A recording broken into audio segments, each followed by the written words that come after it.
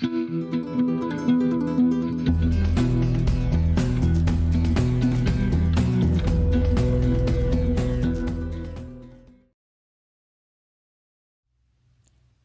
we start with our raw fleece, just straight off the sheep, out of the bag that I got from my friend who raises a couple of sheep on her property.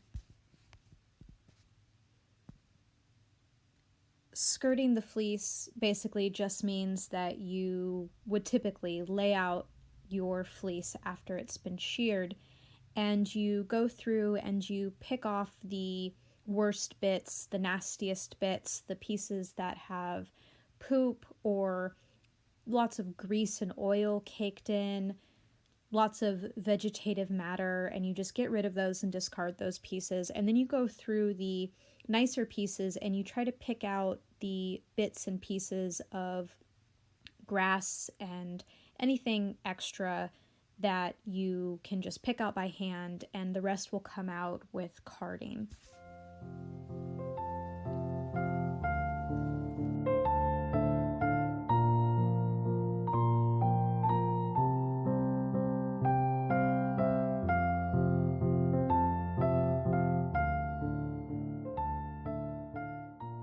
The wool that we're discarding is in the gray grocery bag, and the wool that we're going to be keeping to clean is in the white tote bins. And the wool to discard and not even bother cleaning, we ended up putting out in nature for the birds. So next we need to wash our fleece. So what I ended up doing was using these white plastic bins that I found at Walmart that already had holes in them, and I just put a handful of wool in each one. And then I could use these bins to submerge the wool but keep it contained in cold water that I ran in my bath. Some people use warm water. You can. I tried it both ways since I had a lot of wool to clean, and I found that using hot water, or rather warm water, didn't make too much of a difference, especially because I let my wool sit for a long time in the water. I also experimented with using soap and no soap. A very gentle, natural soap is what you want to use for wool. But the two kind of ways that I found that I liked best for cleaning the wool was to get it submerged in some cool to warm water, let it really get wet and soak through for a little while and start to loosen up some dirt. Then I came back and added some soap, just a little bit, and kind of worked it in just a tiny bit. At this point, if it was warm water, it's starting to cool down, and would let that sit for a little while, and then I would rinse, and then I would do a couple more soak rinses, doing just as many as I thought were needed to get the wool free of mostly dirt and poop. And that's where, you might want to use the soap with warm water if there is more of those kind of questionable dirty bits in your wool. But if you have a pretty clean fleece to start with, or you skirted a lot of material off of your fleece, then you might not really need that.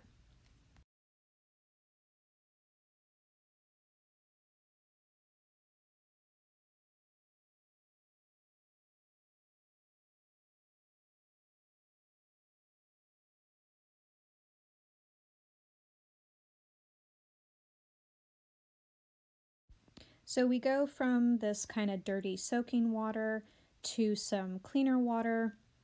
And again, I'm just rinsing, manipulating the fleece with my hands and with the potato masher just to really get things clean. And then I like to pick up the totes and let them drain, kind of press the fleece a little bit, and then let it fill up with water again, and keep doing that, and doing a couple changes of water over a number of hours, doing this rinsing and repeat process to clean the wool until I'm satisfied with the level of dirt that is no longer in the bath water and that I think it is ready to drain and put into net bags to put into the washing machine to spin drain, which will be our next step.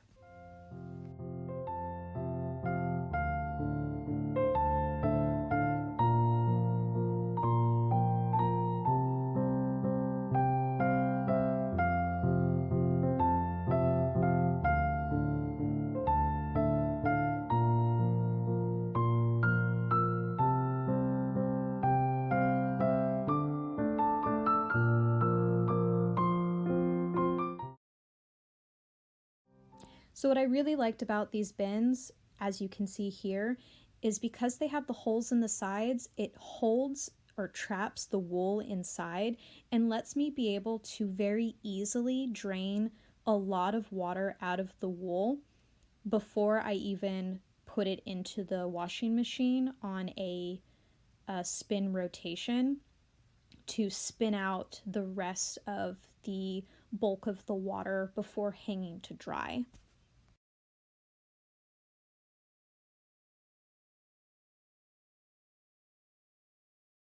Now, you'll probably find a lot of people doing this whole little process a lot differently on different videos on YouTube. I know I found that, but this is what I found worked for me trying to process wool in an apartment.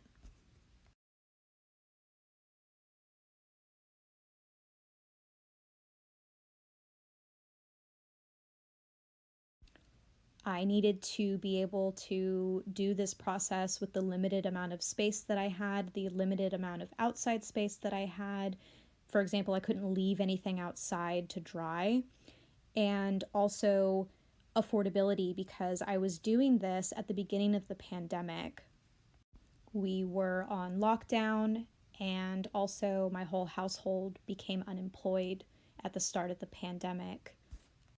So, over processing multiple small batches of wool that I had had in storage, I was able to get this very affordable, very accessible, small space oriented method of processing raw fleece into workable, spinnable, or feltable wool in that time period.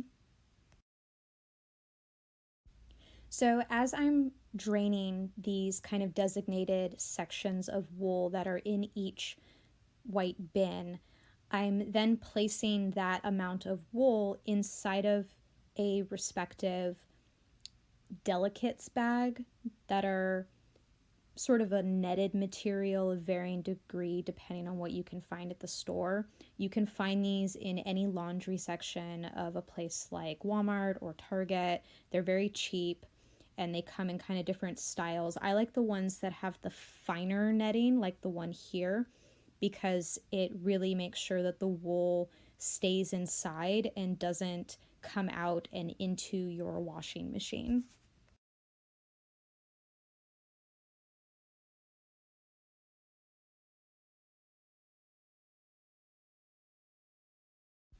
Then you just go ahead and plop your delicates bags full of wool into your washing machine drum and set it for a quick spin cycle.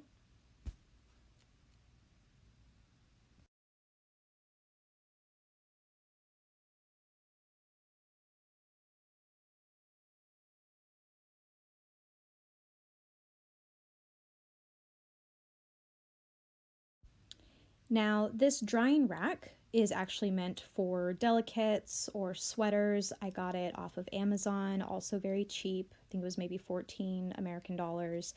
And I just take the bits of wool out of the delicates bags after they've been spun down, and I thin them out for adequate airflow and make sure there's not too much wool all in one spot, and lay it out on these layers. And then you can hang this in your bathroom. I had it here for a little while until someone needed to use the shower, and then I moved it to another part of my apartment.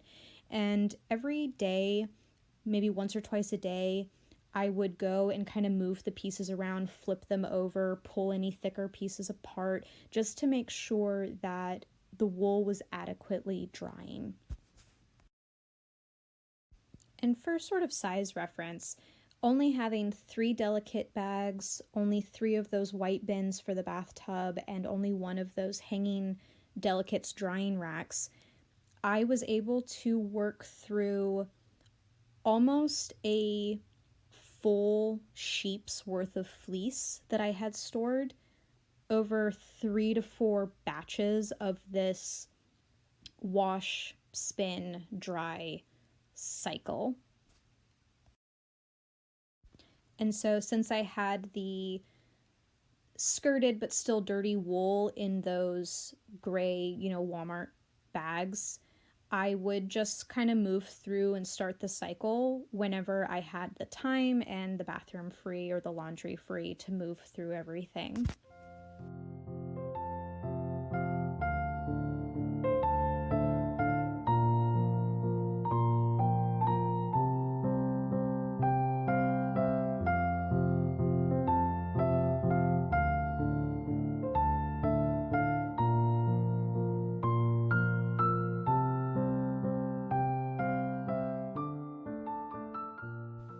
So, my favorite way that I have found to store the clean and thoroughly dried washed wool is in these zipper top 100% cotton pillowcases. And I really like the ones that are meant to reduce allergen.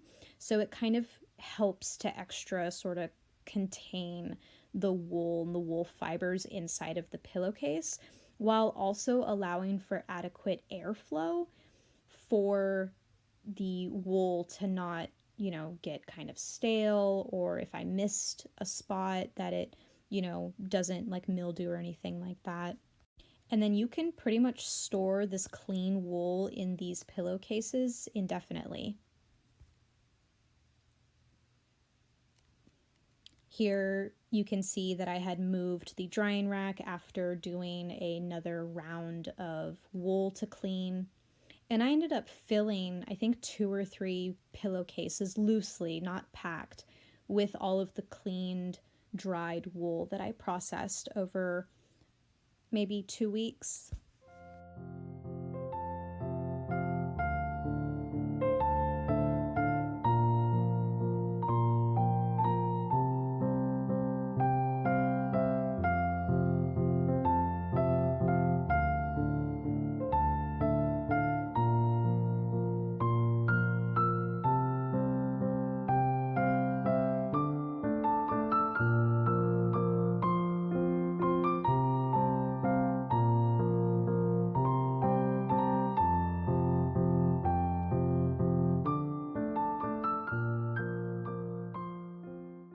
And what I liked about this pink drying rack was that it folds up very small, like those reflectors that you put in your windshield in your car, and tucks away in a nice little storage spot.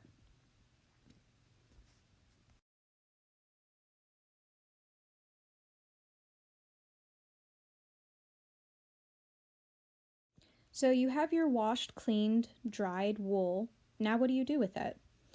Here I'm going to show some hand carding that, again, I did with very cheap items that I was able to find at either the dollar store, Dollar General, Walmart. Actual hand carders for wool are very expensive, and I have found them to be very inaccessible financially. But using the, cat brushes that you see here are just as effective. You just have a much smaller kind of surface area to work with.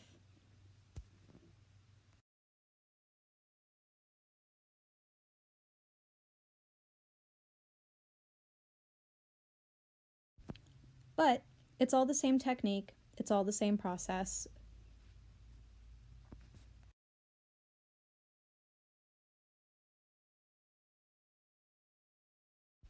Carding, whether it's with hand paddles or with a drum carder, which you'll see later in this video, I finally was able to get one. Um, Carding helps to get those last bits of vegetable matter, little pieces of grass and hay and whatnot, out of the wool, and works through any sorts of knots or little pills in the wool and helps to kind of get the fibers sort of going in the same direction.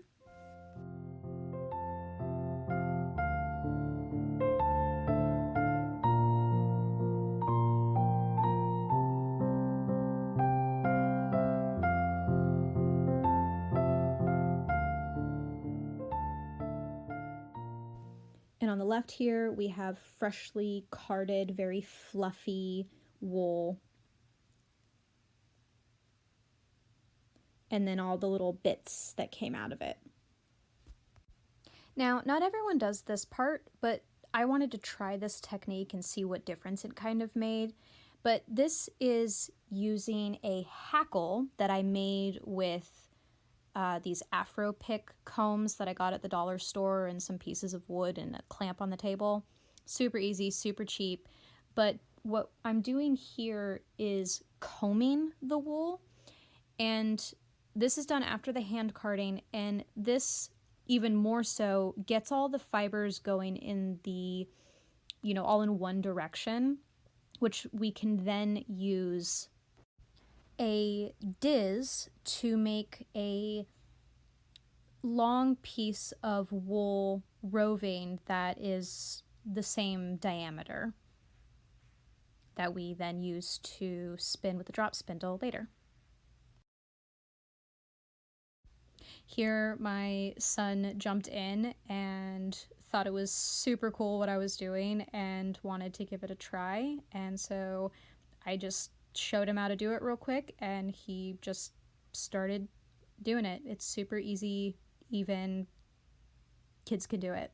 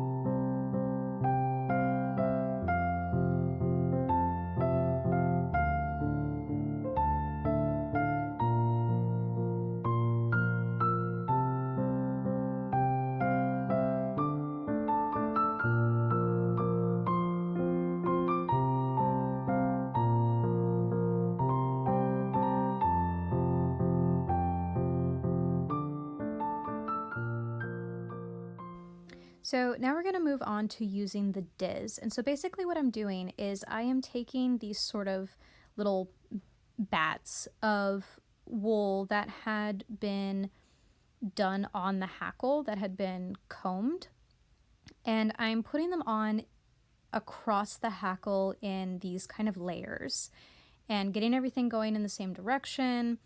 And then we're going to start down in one corner with our diz and start making our strand of roving that basically kind of pulls the fiber from all these different layers into one, thick rope sort of thing.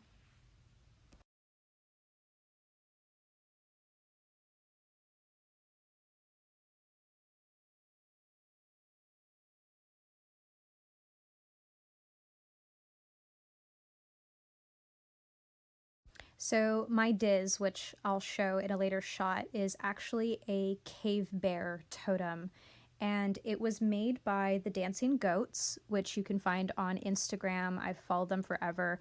And they have an Etsy shop. They have lots of things related to spinning and fiber arts. And I really recommend their products.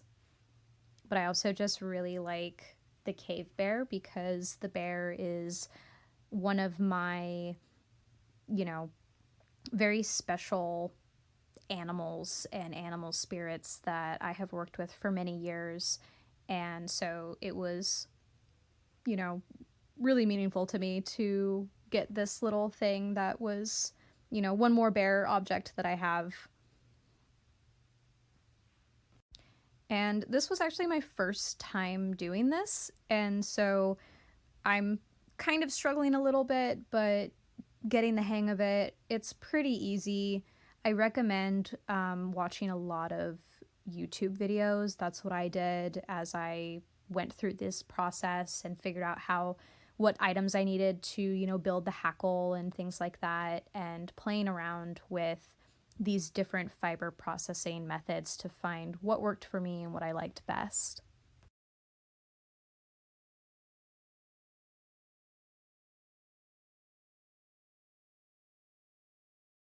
And we have a finished little skein of roving.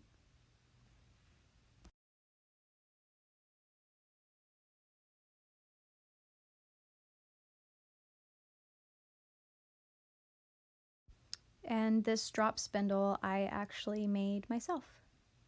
It's one of my favorite drop spindles out of all the ones that I have. So, a few months into the pandemic, I actually was able to find a drum carder online on Etsy. It came from Ukraine that was affordable and within my budget. Drum carders are one of those things that a lot of times hang up people from getting involved in fiber arts, especially starting out with raw sheep fleece that needs to be processed into spinnable or workable fiber. And I'm struggling a little bit here because I couldn't figure out how to get it clamped down. So it was kind of shifting, and I was trying to figure out the right thickness of wool to put through so that it wouldn't get stuck or hang up. And really, the reason why I did finally go through with, investing in a drum carder was because I found that I was having a contact dermatitis kind of allergy reaction to the tiny wool fibers while I was hand carding.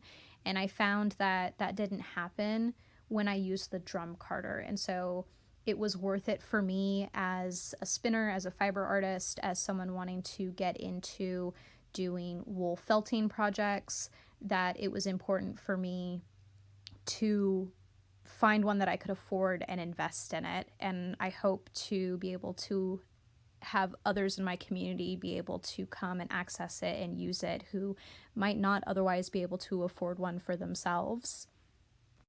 The irritation of the wool fibers is another reason why we took this outside on a nice day. But this stuff is literally like a cloud when you pull off the batting. And this is before. And this is after going through the drum carder.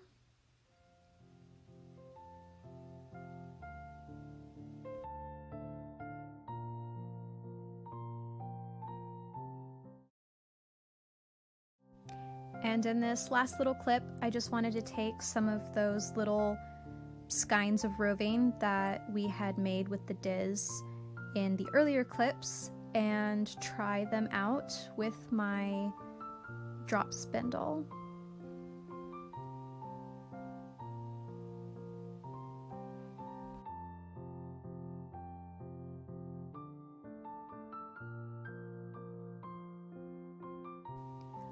I am no expert, but using a drop spindle is something that I have been extremely interested in and instinctively drawn to for many, many years, and is something that I have, been working on and practicing and experimenting with different styles and different drop spindles for many years, since I was probably 17, and I'm almost 30.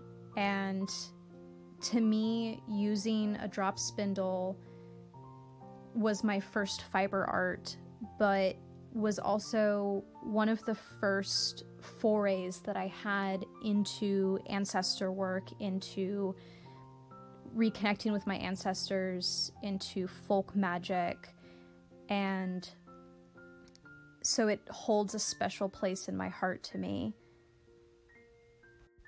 And to now be at the point that I have access to wool that I can process from start to finish myself just deepens that relationship and that connection even more so. And I'm so excited to be continuing to learn these steps and these processes and finding accessible ways for others to do the same.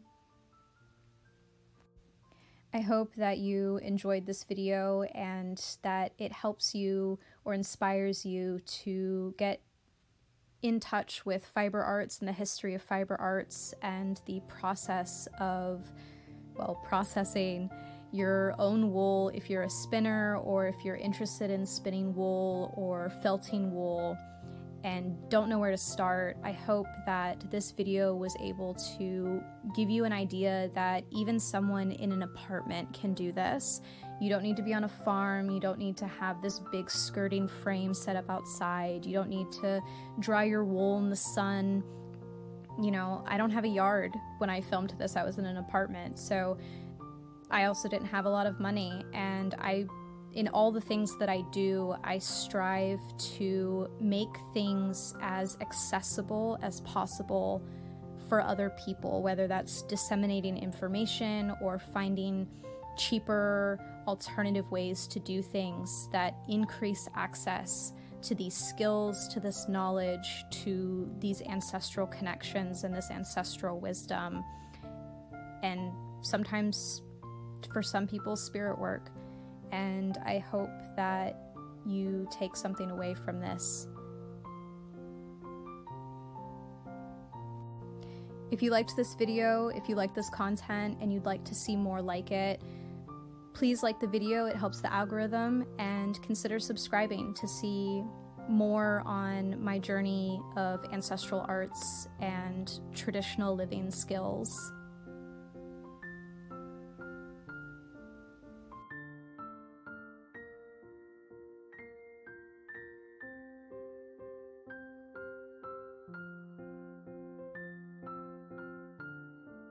Thank you.